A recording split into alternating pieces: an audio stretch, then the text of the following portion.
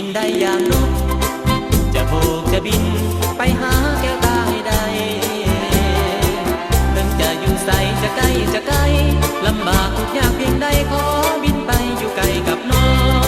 งถ้าอายนี่เก่งปานทศกัณฐ์บ่ยานบ่หวั่นว่าไผจะมาขัดข้องหากมีผู้ใดทำให้มุนมองสุขซ่อนน้องไปครอบครองอายต้องแย่งมาซื่นสมถ้าอายมีฤทธิ์อย่างเทวดาจะเสกคาถาเมตตามหานิยมจะนิรมิตให้เจ้าแอวกลมมาอยู่ได้เสยได้สมพี่ลมได้ตามแต่ใจแต่อายนี่เป็นคนธรรมดาจะบินขึ้นฟ้าดำดินบินบนบ่ได้ได้แต่มองหายอดสู้อยู่ใสทุกเมื่อระทมต้มใจเมื่อใดจะได้ซึ้งส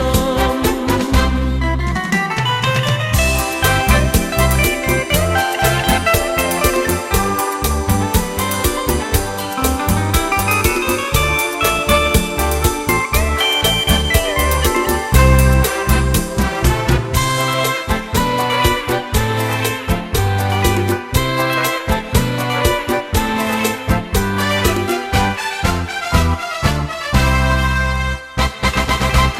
มีปีกบินได้อย่างนกจะโบกจะบินไปหาแก้วตาให้ได้ทั้งจะอยู่ไสจะใกล้จะไกลลำบากทุกยากเพียงใดขอบินไปอยู่ไกลกับน้องถ้าอายนี่เก่งปานทศกัณฐ์